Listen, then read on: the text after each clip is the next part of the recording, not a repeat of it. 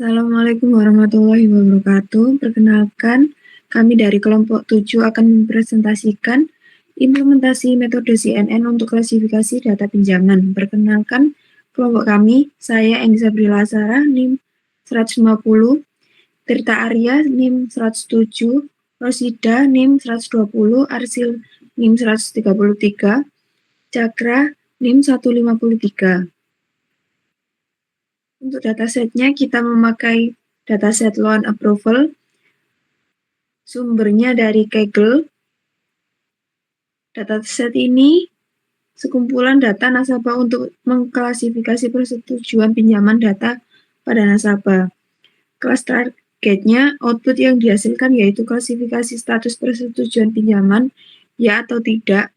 Ya diartikan nilai biner 1, sedangkan tidak diartikan nilai biner 0. Jumlah data, jumlah kelas target 0, 35.000, jumlah kelas target 1, 10.000, jumlah seluruh data 45.000. Metadata dataset. Dataset ini terdiri dari 14 variabel. Yang pertama yaitu person age, person gender, person education, person income, person expect, person home ownership, loan amount, loan intent, loan interest, loan person income, CB person credit his, leg, credit score, previous loan, default on file, loan status, target variable. Next. Metode CNN atau Convolutional Neural Network merupakan jenis arsitektur jaringan saraf tiruan yang dirancang untuk pemrosesan data dengan pola grid seperti gambar atau sinyal suara. CNN paling sering digunakan dalam tugas-tugas pengenalan gambar, klasifikasi objek, deteksi objek, segmentasi gambar, dan banyak aplikasi lainnya di bidang visi komputer. Next.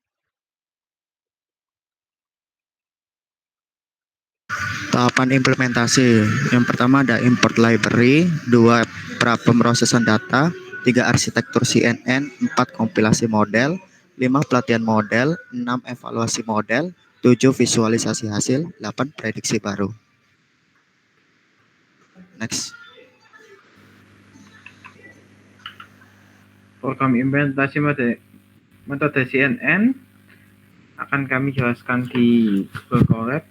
Pertama adalah import library, yang terdapat library yang dimasukkan adalah Pandas, Skylern, TensorFlow, Matplotlib, NumPy.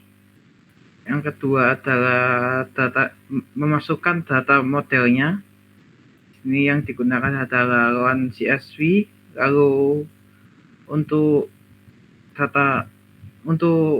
infonya adalah terdapat variabel person age, person gender, person education,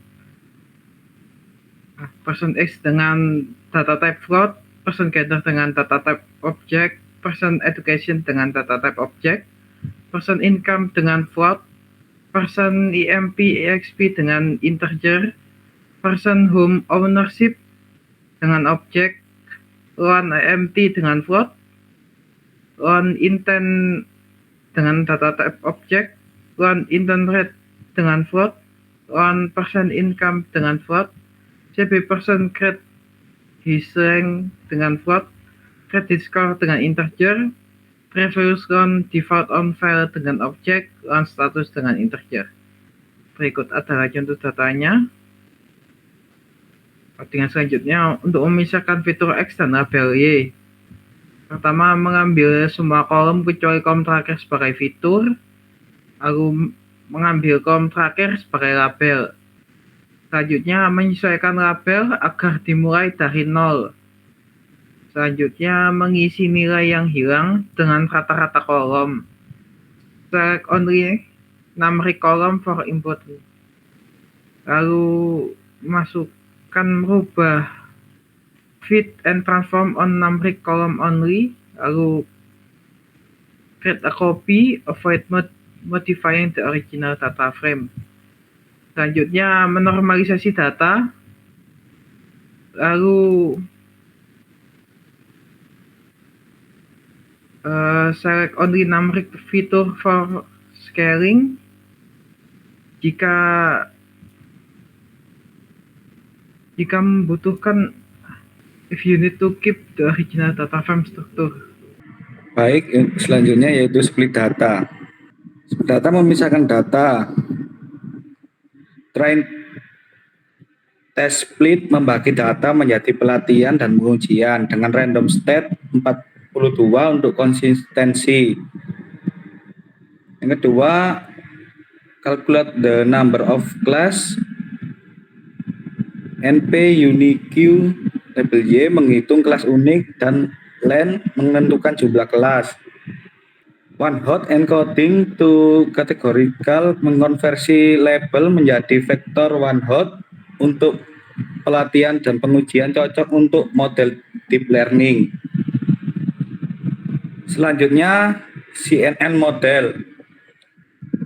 Model ini dibuat menggunakan sekuensial, lapisan konvolusi dan normalisasi. Kon 1D menangkap fitur dengan filter 32,64,128 dan aktivasi ReLU. But normalization mempercepat pelatihan. Polling, max polling 1D menggunakan dimensi data. Pemapatan dan regularisasi flatten mengubah data ke vektor 1D. Dense dalam kurung 128 unit ReLU kurung dan dropout 0,5 mencegah overfitting. Untuk output dense softmax untuk klasifikasi multiclass. Model ini dirancang untuk data sekuensial seperti sinyal atau teks. Selanjutnya mengkompilasi model CNN menggunakan optimizer Adam tanpa parameter decay. Optimizer Adam menggunakan learning rate 0.001 tanpa parameter decay untuk pembaruan bobot, loss function, categorical, cross entropy, mengevaluasi error pada klasifikasi multiclass, metrik akurasi memantau kinerja model saat pelatihan. Next.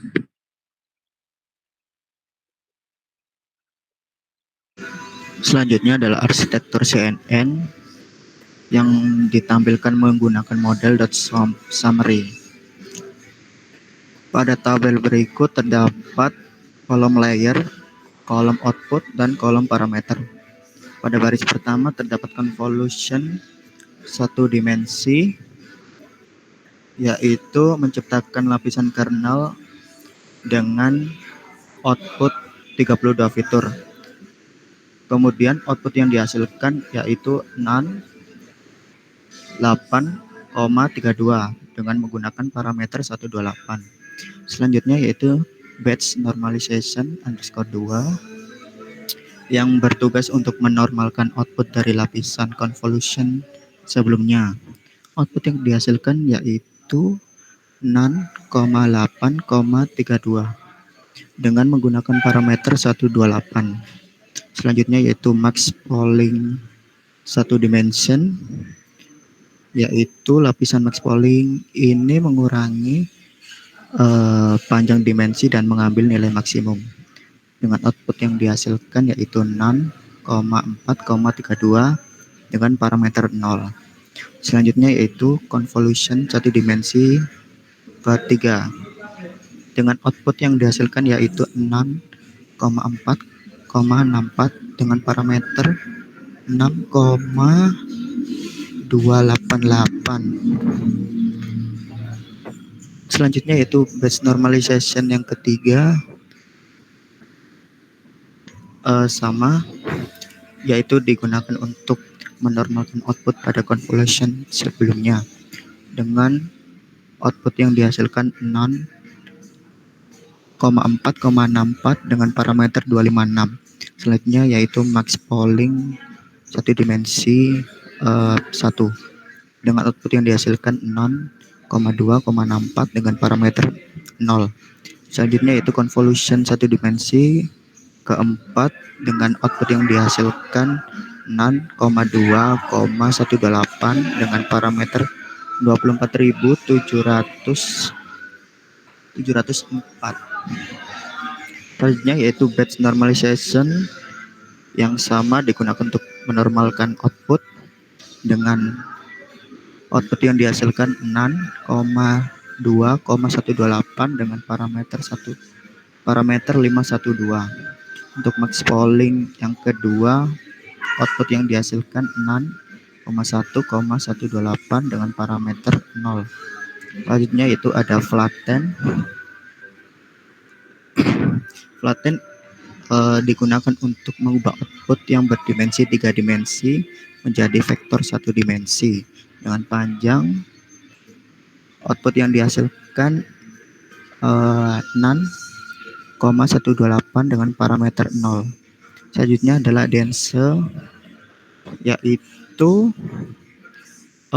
menerima inputan dari lapisan flatten dengan output yang dihasilkan 0,128 dengan parameter yang didapatkan yaitu 16.512. Selanjutnya adalah dropout. Dropout digunakan untuk mengurangi overfitting dengan cara membuang unit secara acak selama pelatihan atau training, yaitu output yang dihasilkan 0,128 dengan parameter 0. Dense, 1 dengan output yang dihasilkan 0,2 dan parameter 258. Total parameter yang dihasilkan yaitu 48.786, trainable parameter 48.258, non trainable parameter terdapat 448.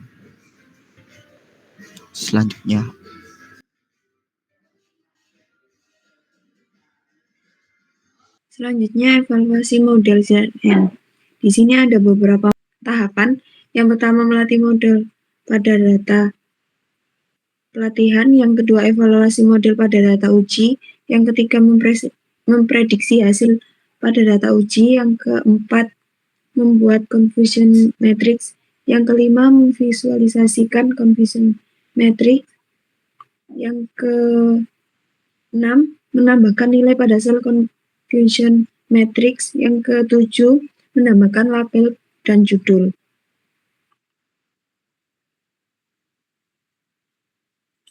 Di sini kita memakai data akan dilatih selama 100 epoch. Untuk confusion matrix-nya menunjukkan jumlah prediksi yang benar dan salah dari model. Ada 2 kelas prediksi yaitu 0 dan 1. Dan confusion matrix-nya dibagi 4 kuadran. Yang pertama true positif, kelas 1 yang diprediksi sebagai kelas 1 dengan nilai 628. Yang kedua false positif, kelas 0 yang diprediksi sebagai kelas 1 dengan nilai 385. Yang ketiga false negatif, kelas 1 yang diprediksi sebagai kelas 0 dengan nilai 428. Yang keempat true negatif, kelas 0 yang diprediksi sebagai kelas 0 dengan nilai 3059. Interpretasi dari confusion matrix. Yang pertama, true negatifnya ada 3059, contoh dari kelas 0 yang benar-benar diprediksi sebagai kelas 0. Yang kedua, true positifnya 628, ada 628 contoh dari kelas 1 yang benar-benar diprediksi sebagai kelas 1. Yang ketiga, false positif, ada 385 contoh dari kelas 0 yang salah diprediksi sebagai kelas 1. Ini adalah kesalahan di mana model mengatakan bahwa sesuatu adalah kelas 1 padahal itu adalah kelas 0. Yang keempat, false negatif ada 428. Contoh dari kelas 1 yang salah diprediksi sebagai kelas 0. Ini adalah kesalahan di mana model mengatakan bahwa sesuatu adalah kelas 0 padahal itu adalah kelas 1. Untuk akurasi modelnya, tes akurasi sebesar 81,93%. Artinya, model berhasil memprediksi dengan benar.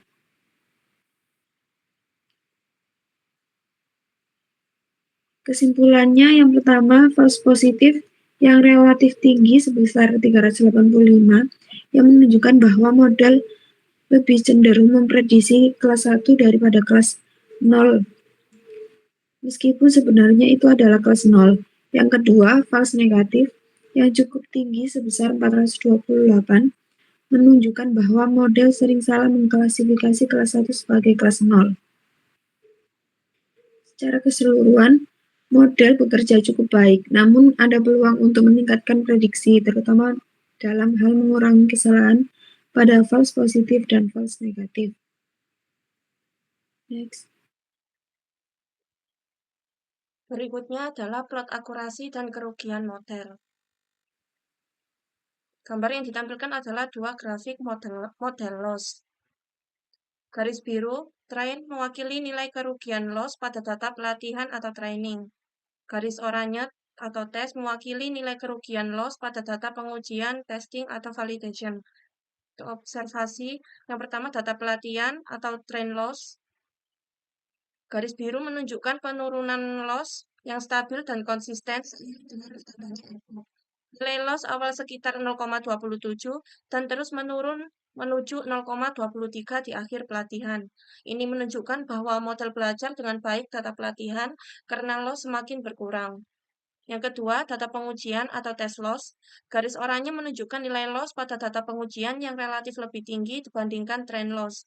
Loss pengujian naik turun secara fluktuatif tetapi cenderung meningkat dari sekitar 0,52 di awal menjadi mendekati 0,66 di akhir epoch. Tren ini menunjukkan bahwa model overfitting, di mana model mempelajari data pelatihan terlalu baik tetapi tidak generalisasi dengan baik pada data pengujian. Kesimpulannya, overfitting terjadi karena trend loss terus menurun, sementara test loss meningkat seiring epoch. Hal ini bisa disebabkan oleh beberapa faktor berikut. Yang pertama, kapasitas model terlalu besar untuk dataset. Yang kedua, kurangnya regularisasi dropout, auto-regulation, dan sebagainya. Yang ketiga, dataset pengujian tidak cukup representatif. Selanjutnya, classification report. Pada prediksi kelas 0, jumlah prediksi benar true negatif sebanyak 3059, jumlah kesalahan atau false positif 385. Pada prediksi kelas 1, jumlah kesalahan prediksi atau false negatif 428, jumlah prediksi benar atau true positif sebanyak 628, dan proporsi keseluruhan prediksi benar sebanyak 0,82 atau 82%. Sekian presentasi dari kelompok kami. Wassalamualaikum warahmatullahi wabarakatuh.